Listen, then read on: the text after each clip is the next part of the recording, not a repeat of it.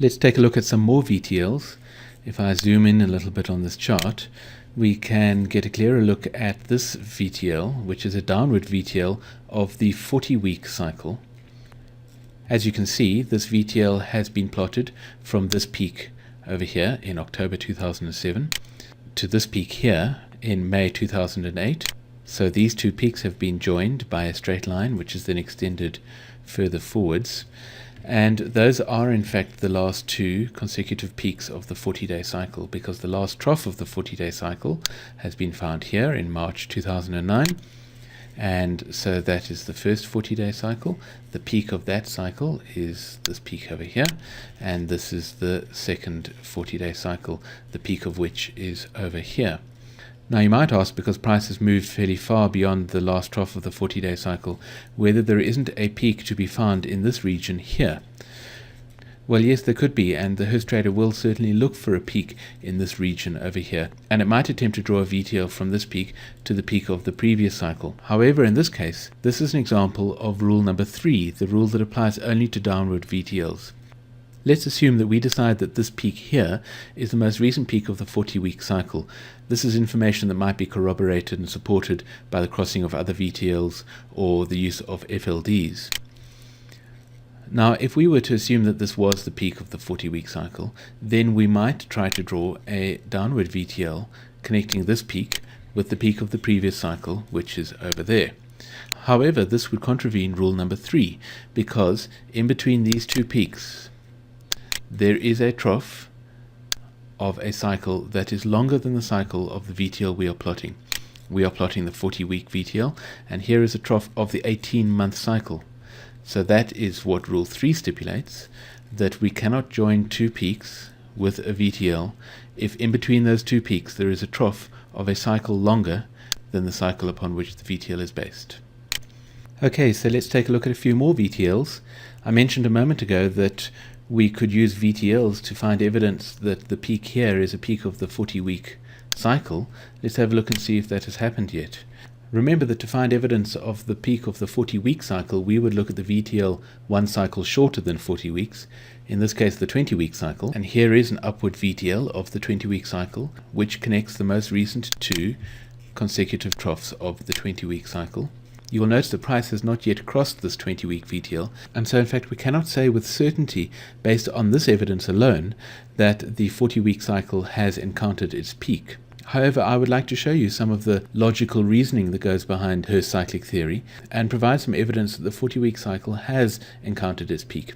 Remember that the 40-week cycle consists of two 20-week cycles. Here is the first one, and there is the peak of that cycle, and here is the second 20-week cycle, which is of course not yet complete, because the Hurst trader has not found a new trough of the 20-week cycle. Now it is clear that the peak of the 40-week cycle will also be the peak of this second 20-week cycle. I can say that with confidence because price has already exceeded the peak of the first 20-week cycle. Therefore the peak of the 40-week cycle will also be the peak of the second 20-week cycle. So the next question that we ask ourselves is, has the peak of this 20-week cycle been encountered yet? One way in which we would find evidence for that would be to look at the 80-day VTL, because if price crosses the upward 80-day VTL, that provides evidence that the 20-week cycle has encountered a peak. So let me zoom in a little bit closer, and I can show you here the 80-day VTL. Now this 80-day VTL has in fact been crossed by price, which indicates that this point here, this is Wednesday the 23rd of September 2009, was a peak of the 20-week cycle. However, I would like to raise a cautionary flag at this point. The reasoning I have just explained is all based upon the phasing analysis that the Hurst trader has performed, and so let's be a little more critical of the deductive process that I have just been through. I said that if price crossed the 80-day VTL, that would provide evidence of a 20-week peak. Price crossed the 80-day VTL over here. Now the 80-day VTL is plotted across the two most recent consecutive troughs of the 80-day cycle, which the Hurst trader has found to be here and over here. Let me play devil's advocate and measure this cycle. We'll see that that is a 54-day cycle. And so the Hurst trader has chosen to phase this trough as a trough of the 80-day cycle. But I know that this trough over here could also be a very viable trough of the 80-day cycle. If this was a trough of the 80-day cycle, then that would make the wavelength of the most recent 80-day cycle 84 days. I can tell you that the reason the Hurst trader has chosen to phase this trough here as a trough of the 80-day cycle is because the 80-day cycle has been running short recently, and therefore it is looking for a cycle that is probably shorter than the nominal length of 68 days, which is why the trough at 54 days seems like a viable position for the most recent trough. However, this is also a possible location for the most recent trough of the 80-day cycle.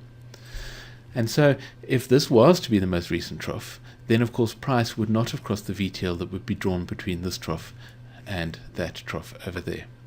I point this out because I think it's important to remember when performing an analysis based on Hurst cyclic theory that everything boils down to the phasing analysis. And if the phasing analysis is not perfectly correct, then one could draw some invalid conclusions. As a matter of interest, there are two other pieces of evidence on this chart that tend to support the fact that this trough here is a trough of the 80-day cycle, and that evidence can be found in the VTL itself. They are small pieces of evidence, but let me zoom in and demonstrate them to you. The one is that here you see the 80-day VTL continuing, and the one is that price came down and touched the 80-day VTL and then pretty much bounced off it again. Whenever price bounces off a VTL, that tends to strengthen one's confidence in the fact that it is a genuine VTL. And the second piece of evidence is in fact something that hasn't even happened yet, but what will often happen with a genuine VTL is that after price has crossed the VTL, it will then return to the level of the VTL and then fall away again. And you can see that price has started doing that. Of course, price could keep going up and prove what I'm saying to be completely wrong, but this picture that has developed over here, with price first of all bouncing off a VTL and then crossing down through it and then returning to the VTL, is one of those perfect VTL pictures that you will begin to recognize in the data. And when that kind of picture starts developing, one's confidence in the VTL strengthens.